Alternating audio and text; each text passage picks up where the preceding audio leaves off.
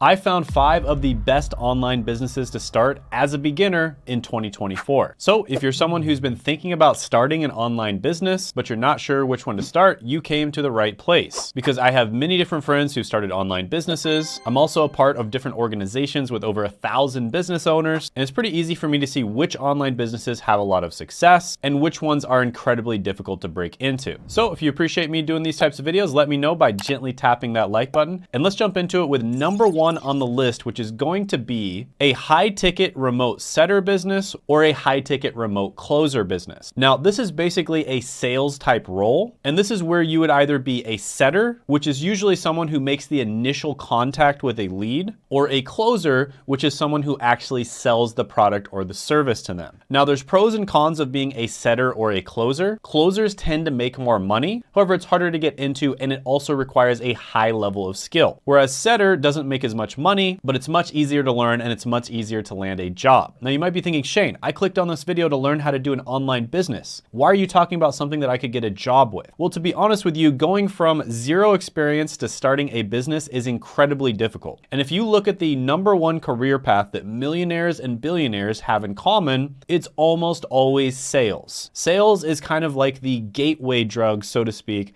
between being an employee and being a business owner. And there are actually a lot of positions out there where you'd be what's known as a growth partner. And in that case, you would be an entrepreneur, you would own your own business, but you'd still be doing a sales role. Now, honestly, there's so many different industries that you can get sales roles in. Some of my favorite ones are gonna be the info product industry. And this is basically where you sell either high ticket coaching or masterminds to people. I myself have purchased tons of these types of products before when I wanna learn a skill, but I wanna save a lot of time and effort. I'll basically just go to someone who I 100% know does have that skill. And they also have a coaching program with a course and feedback. So that way I know I can learn the skill like 10 times faster. Another really good one is going to be the solar industry. Another good one is the insurance industry. And then one of my favorites is the software industry, and this would be what's known as tech sales. Now, very generally speaking, appointment setters usually make somewhere between 5 to 10K per month, and then high ticket closers are going to be making more like 10 to 15K per month. And the reason you're able to make so much money is because you get paid mostly based on commission. So for appointment setters, for instance, if you make the initial contact with a good lead and they end up buying the product, you're probably going to get paid somewhere between 3 and 8% of the sale. Now, this varies a lot depending on the industry you're in, so I'm just speaking very generally here. And then for a high ticket closer position, you're likely going to get paid between 10 and 20% of the sale. So yeah, sales is an incredible skill to learn. Even if you end up not doing sales for very long, I recommend that everybody does this job at least one time in their life, because it basically reprograms your brain to think in a different way, right? You start thinking about, what does the other person want? Not what you want. What does the other person want? Because the only way to get good at sales is to have the emotional intelligence to realize that the other person wants something, and you need to connect your product to that thing that they want, right? Your product needs to solve their problems. And that just completely changes your paradigm of thinking. And that's why so many salespeople go on to start successful businesses. So I really like this one. I only gave 2 of them on this list a 10 out of 10 opportunity score, but I'm gonna go ahead and give this one a 10 out of 10 opportunity score. It's phenomenal. Next is going to be a social media marketing agency. Now, you've probably seen this one a million times before. I think Tai Lopez was the first one to start talking about SMMAs. Lately, the king of SMMA is Iman Gadzhi. And I'm gonna be honest with you, this one is hard to break into. And even if you're able to break into it and you have a successful SMMA, making like 10K per month, for instance, it is incredibly stressful. Now, I did this one myself before. I actually bought Tai Lopez's course back in the day, funny enough. And it was okay. You know, I'm not a hater, right? It was an all right course. I learned the basics, but it definitely wasn't enough for me to get success in SMMA. I had to learn a lot more beyond the course. And I did eventually get some success. And what I found is I absolutely hated it. I hated having to answer the phone when I'm out with my friends or on a date or something like that, and the client needs me to change something on their website or change something about the funnel, right? You're basically at your client's beck and call, and if you don't serve them, they will just simply fire you. However, I do have to say that starting an SMMA business is going to teach you the fundamentals of business, right? So many business owners that I know, their first ever business that they tried was an agency style business, similar to an SMMA. And the reason for that is because it's much easier to sell somebody a product or a service that's known as done for you, right? So when you're selling products or services, it's typically going to be a done for you, a done with you, or just some sort of information type product, like a course. And if you think about it from the buyer's perspective, let's say you are advertising to real estate agents and you're teaching them how to get leads. They are incredibly busy, and it's much easier to sell them a done for you product than a done with you product or a course, because real estate agents don't have time to go through a course, and they don't have time to go through coaching, because coaching is typically done with you. They just want someone to take care of the problem for them. And that's why it's so much easier to sell service-based offers than it is to sell like a coaching program or a course. But with that being said, it is a lot of work. Now, what people typically do is they will start off in an agency type model where they're just doing it for them, right? So it's done for you. And then after they get some experience, after they figure out how to actually get the client results, they will quickly transition into a done with you model, because done for you is incredibly difficult and very stressful. And it's very hard to scale. However, done with you or some sort of more automated type of model is much easier, usually much more attractive, and you can actually scale it, right? I can't tell you how many like SMMA gurus that I've seen have transitioned into doing a done with you coaching type offer. Or if they stay with the SMMA model, they'll usually only work with businesses that give them a percentage of the profit or a percentage of the revenue. So yeah,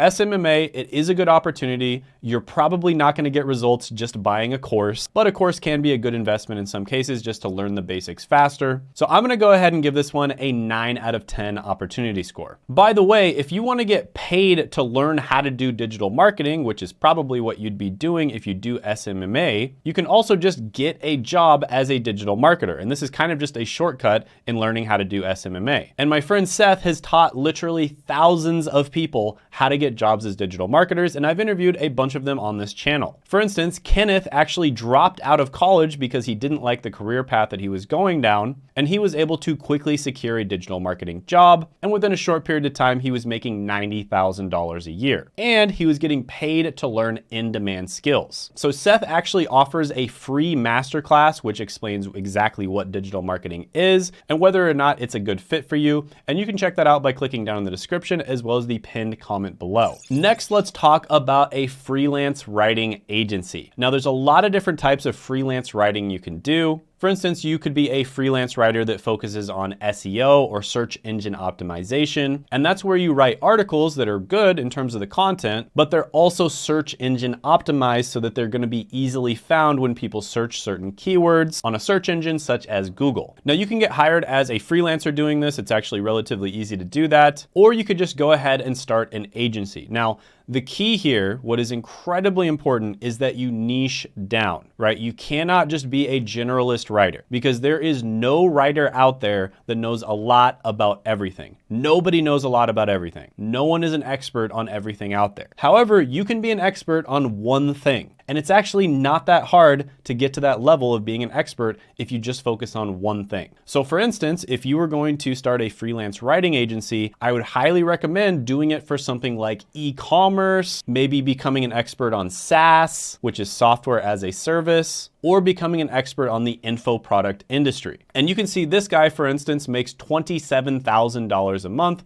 with his writing agency. Now, is that typical? No, most people fail in business. I failed probably about 6 or 7 times before I finally found something that worked for me. That is the risk you are taking as an entrepreneur. The word itself, entrepreneur, means somebody who takes risk, right? If it wasn't risky, then it wouldn't be business. However, entrepreneurship is smart risk, because the benefits of being able to start a business outweigh the risk. And chances are you are going to fail your first few times starting a business, but if you keep going, you're going to find the right business model for you that matches your personality, and you will eventually succeed. I just want to set realistic expectations here, because most people on the internet set unrealistic expectations because they are marketing to you. Getting a job is much easier than starting a business. However, if you're able to start a successful business, it's quite a bit better than a job for a lot of people out there, because it's going to give you time, location, and financial independence. So yeah, freelance writing agency, really good one. I know a lot of people out there that are crushing it with this. A lot of them are working in SEO. You could also just go ahead and start your own blog as well. I'm gonna give this one an 8.5 out of 10 opportunity score. Next on the list is going to be my personal favorite, and that is starting a YouTube channel. Now, you might have noticed recently that a bunch of people who are already successful have been starting YouTube channels. Anything from Hollywood stars to athletes to billionaires like the guys who started the All In podcast. And there's a reason for that. When the smartest, most successful people in the world that are probably already crazy busy are taking time out of their day to start YouTube channels, that should get your attention. And it's because YouTube is an incredibly massive opportunity. Now, some YouTubers actually have income reports that they put on their channel, and they're very transparent about sharing that information. And you should honestly appreciate that. For instance, I'm transparent about how much I make on this channel. I don't say exactly how much I make, but it's over 6 figures a month. And I know people out there that are crushing it 10 or 20 times more than I am. And you'd be surprised because some of the highest earning YouTubers actually aren't that big. If you pick the right niche, you can make millions of dollars a year with a channel with less than 10,000 subscribers. For instance, Charlie Morgan only has about 20 to 30,000 subscribers, and he makes over $1 million a month, and most of his revenue comes from YouTube. But yeah, starting a YouTube channel, in my opinion, is the absolute best opportunity of 2024. It has never been easier to make money on YouTube. And you see people that are really big on Instagram or TikTok and all these other social media platforms,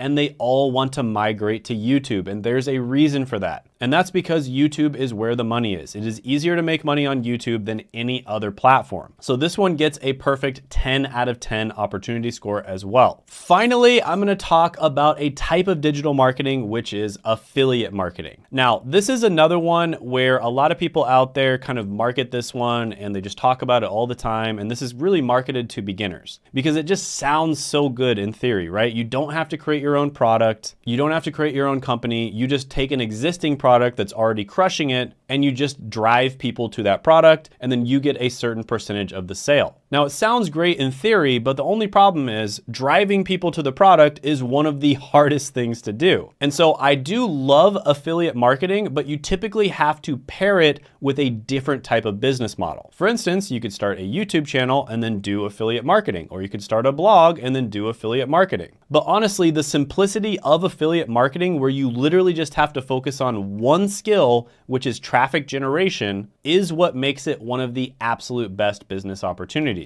Right? So you just focus on that one skill, which is getting attention, getting traffic, and then the company takes care of literally everything else. Whereas if you start a full-blown business, you have to pay attention to traffic generation, then you have to pay attention to lead generation, then you have to nurture the leads, then you have to have a marketing and sales process, and you have to create a product that people actually want. Then once people buy it, you have to make sure that the product is good. So there's a ton of different steps when it comes to starting a business, and you have to be relatively good at all of them. Whereas with affiliate marketing, you just have to be good at traffic generation, and that's all. So it really is one of the easiest business models, with the caveat that you have to pair it with a different business model. And usually that different business model is going to involve traffic generation. So yeah, absolutely love affiliate marketing. It's one of the main ways that I make money as well. It's something I also cover with my YouTube coaching, because the difference between a really good affiliate partner and a bad affiliate partner can be like night and day, right? You get a bad affiliate partner, you're not gonna make any money. You get a good affiliate partner, you're gonna make like $30,000, $50,000 a month. So yeah, affiliate marketing is great, but you do have to pair it with another business model that involves traffic generation. I'm gonna give this one a 9 out of 10 opportunity score. So yeah, these are literally my 5 biggest recommendations for beginners on the types of businesses that they should start. If I could go back in time and start these businesses, I would honestly start a YouTube business with the knowledge that I have now, but just taking a complete beginner where I'm not really sure what their personality is and what they're gonna be good at, and I'd wanna start them in different business models, these would be the 5 that I would look at. Now, there's other business models out there that are amazing. For instance, starting a software business like a SaaS is incredible, but it's not very beginner friendly. There's just way too many skill sets that you have to be successful starting a SaaS. These are the 5 that would give you the best chance, the best opportunity opportunity to be successful as a beginner. And even with that being said, you are very likely going to fail your first few tries. And the reason you're going to fail isn't necessarily because you aren't good, but in many cases, it's just going to be because the business model doesn't fit your personality. For instance, I tried Amazon FBA and shipping physical products online. And honestly, at the time I tried it, I probably could have been successful with it, but it just didn't fit my personality. I absolutely hated